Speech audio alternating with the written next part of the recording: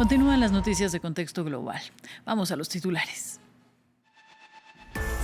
Naciones Unidas acusó a Estados Unidos de violar el derecho internacional por los ataques contra embarcaciones en el Mar Caribe y el Pacífico supuestamente vinculadas con el narcotráfico. El organismo sentenció que los tripulantes que murieron en los bombardeos fueron víctimas de ejecuciones extrajudiciales. En Brasil, las autoridades en Río de Janeiro publicaron los nombres de 99 de las víctimas del megaoperativo contra el grupo criminal esta semana.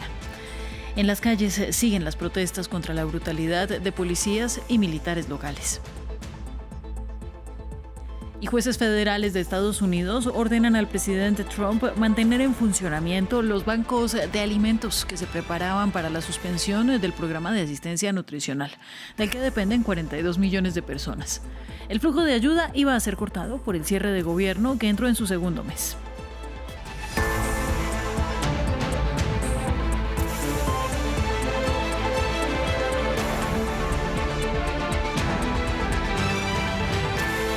La Organización de Naciones Unidas acusó a Estados Unidos de violar el derecho internacional con los ataques perpetrados desde inicios de septiembre por su ejército contra embarcaciones en el Mar Caribe y en el Mar Pacífico, supuestamente vinculadas con el narcotráfico. Denuncia que los tripulantes que murieron en los bombardeos, 61 en total, fueron víctimas de ejecuciones extrajudiciales. Veamos. Una acusación y un llamado por parte de la ONU cuyo efecto es incierto. Este viernes, el alto comisionado de Naciones Unidas para los Derechos Humanos, Volker Turk, pidió a Estados Unidos cesar de inmediato sus ataques contra lanchas en el Caribe y en el Pacífico. Estos ataques y su creciente costo humano son inaceptables. Estados Unidos debe poner fin a tales ataques y tomar todas las medidas necesarias para impedir la ejecución extrajudicial de las personas a bordo de estas embarcaciones, independientemente de los presuntos delitos que se les imputen. Una advertencia y la primera condena de este tipo por parte de una organización de Naciones Unidas. Mientras, los bombardeos por parte de Estados Unidos a lanchas acusadas de transportar drogas mataron a más de 60 personas. Una ofensiva que inició en septiembre en el Mar Caribe y que ahora se ha extendido al Pacífico. Trump justifica las muertes alegando que son parte de redes criminales y que se encuentra en un conflicto armado contra los cárteles de la droga. Pero, aun si se tratara de narcotraficantes, organizaciones internacionales señalan que no existe un conflicto armado que autorice este uso de la fuerza, por lo que Estados Unidos debería ser juzgado y sancionado, según Human Rights Watch. Los países latinoamericanos denunciaron esos ataques. Venezuela incluso preparó un plan en caso de que llegue un ataque directo a su territorio. Sin embargo, Nicolás Maduro ha pedido recientemente paz a Estados Unidos. Democrático. Not war, not war, not war. Yes, peace, yes, peace, yes, peace. Forever, forever, forever. Mientras que el presidente de Colombia lo ha visto como una agresión directa a la soberanía de la región.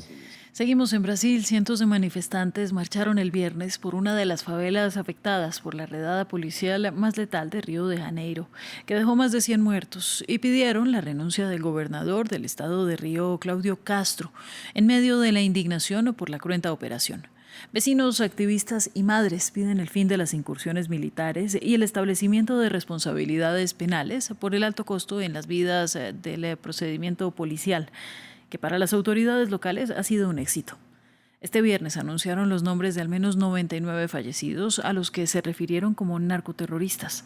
Nos lo cuenta Jesús Yajuri.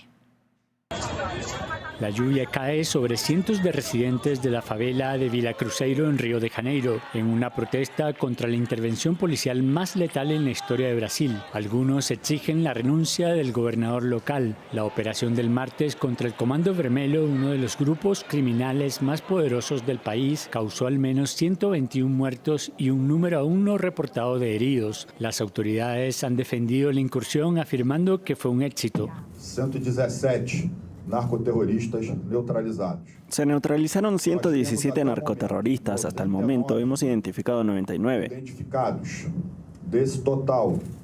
De los cuales 42 tenían condenas de prisión pendientes.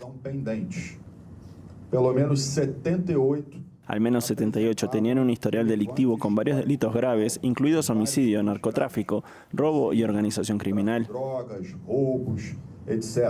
La operación policial en las favelas de Peña y Alemão ha dividido al país con relatos de decapitaciones, ejecuciones y víctimas inocentes y ha expuesto las brechas sociales y raciales, además de la violencia en Río de Janeiro.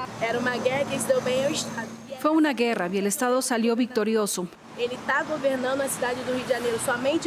La pregunta que hago al gobernador, ¿acaso gobierna Río de Janeiro solo para entregar cadáveres? Ese es el propósito de su gobierno. ¿Se postuló para sembrar la muerte? ¿No era para cambiar la vida de las personas? Especialistas en materia de seguridad y la ONU han criticado la operación y pedido una investigación, mientras bloques políticos alistan una propuesta de ley para clasificar al Comando Vermelho y otros grupos como organizaciones terroristas. En Estados Unidos, los bancos de alimentos de todo el país mantendrán el SNAP, el programa de asistencia nutricional suplementaria del que dependen 42 millones de estadounidenses para comprar sus alimentos.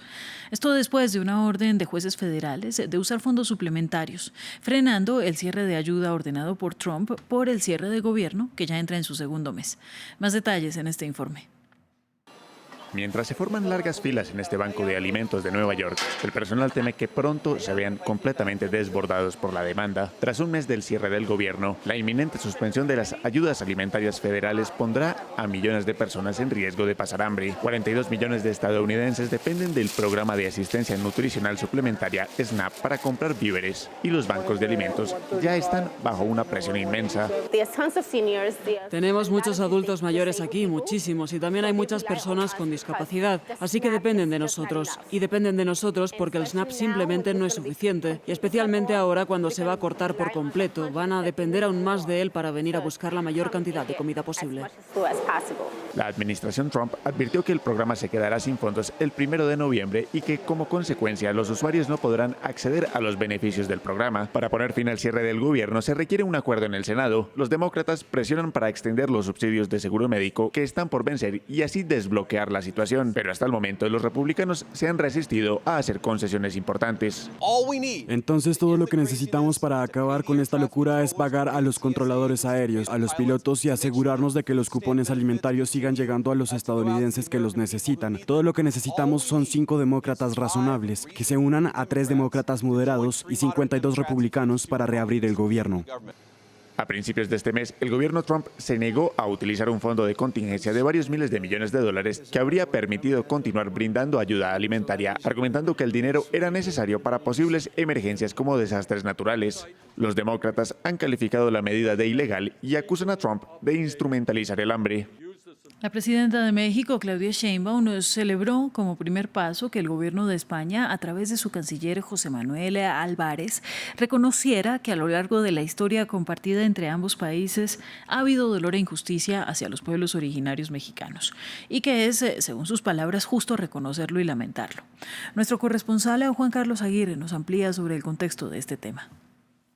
Frente al reconocimiento por parte del canciller español José Manuel Álvarez del dolor y la injusticia que causó el Reino de España a los pueblos originarios de México durante épocas de la conquista, la presidenta de México, Claudia Sheinbaum, aseguró que el perdón engrandece a los gobiernos y a sus pueblos y no es para nada humillante. Al contrario, agregó reconocer la historia, y esto entre comillas, reconocer los agravios, pedir perdón o lamentar y recuperarlo como parte de la historia engrandece a los gobiernos y a sus pueblos. Enfatizó que enhorabuena por este primer paso del canciller del gobierno español en el reconocimiento, particularmente en este año de la mujer indígena. La declaración, por cierto, por parte del ministro de Relaciones Exteriores de España se dio en el marco de una exposición dedicada justamente a la mujer indígena mexicana en España. Si bien las relaciones diplomáticas entre México y la nación ibérica no estaban rotas desde la exigencia de perdón que hiciera el expresidente Andrés Manuel López Obrador durante su sexenio, Sheinbaum ahora reiteró que las palabras del canciller son un primer paso para el reconocimiento y el perdón. dijo que, vuelvo y abro comillas, no tiene que haber reconciliación y le parece que el llevar esta exposición y esta primera declaración del canciller español lo que abre es un primer paso y tiene que continuar. Destacó la relación comercial y cultural entre ambas naciones. Al final de su intervención en la acostumbrada rueda de prensa mañanera, la presidenta mexicana enfatizó que el agravio hoy empezó a saldarse con el inicio de este discurso al hablar de lamentar la violencia del pasado. México está a punto de celebrar el Día de Muertos, la emblemática tradición que conmemora el encuentro entre quienes han fallecido y sus seres queridos. Una parte fundamental de este día es la flor de cempasúchil que guía a los muertos en su camino. A continuación, una historia de un grupo de mujeres cultivadoras de esta emblemática flor color naranja que con su labor desafían la tradición de que esta sea una tarea hecha solo por hombres. El informe es de Hugo Caro Jiménez.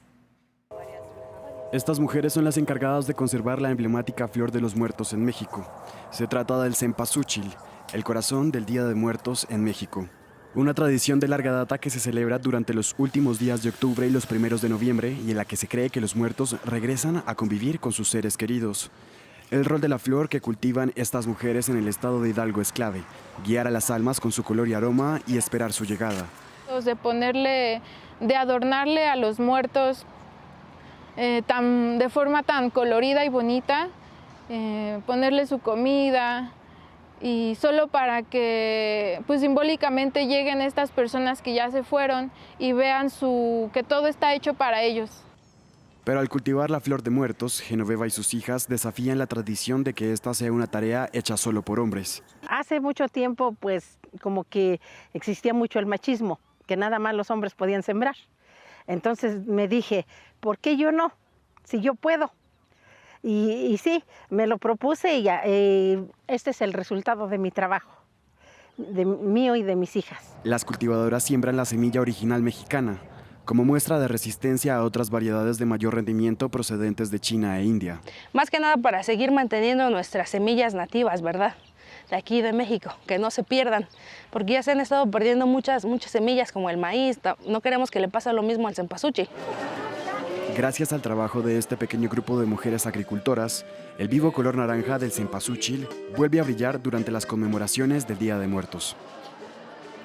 El Consejo de Seguridad de Naciones Unidas renovó por un año las fuerzas de mantenimiento de la paz en el Sahara Occidental, territorio en disputa entre Marruecos y el Frente Polisario respaldado por Argelia. La ONU indicó que el camino más viable para lograr una paz duradera sería bajo la propuesta de Marruecos, que afirma que le pertenece el territorio. Pero esto lo rechaza Argelia, que apuntó que el deseo de independencia de los saharauis es ignorado en el plan de Rabat. Ramiro Cueva Barberena nos amplía. Se reaviva la polémica en torno al Sahara Occidental. El Consejo de Seguridad de Naciones Unidas votó favorablemente para renovar por un año las fuerzas de mantenimiento de la paz en la región, disputada por Marruecos y el Frente Polisario, grupo respaldado por Argelia. Además, la ONU subrayó que el mejor camino para una autonomía en el Sahara Occidental sería más viable bajo la soberanía marroquí. El Consejo de Seguridad instó a las partes involucradas a entablar negociaciones. Sin embargo, el representante argelino recalcó que la propuesta de Marruecos no contempla las exigencias del Frente Polisario ni el deseo de autonomía de los saharauis. La decisión final sobre el futuro no puede ni debe pertenecer a nadie más que al pueblo bajo dominación colonial.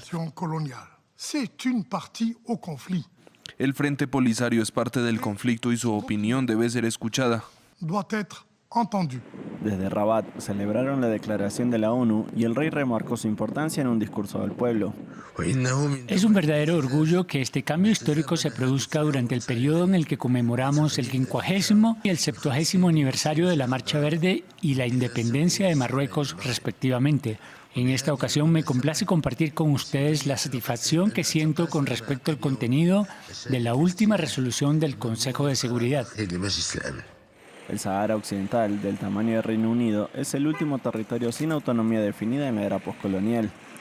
La disputa territorial, la más larga del continente, tiene a Marruecos considerando que ese territorio le pertenece y el Frente Polisario que quiere que los habitantes tengan su propia república. Hasta aquí las noticias y esta franja informativa. Sigan en France 24 y france24.com.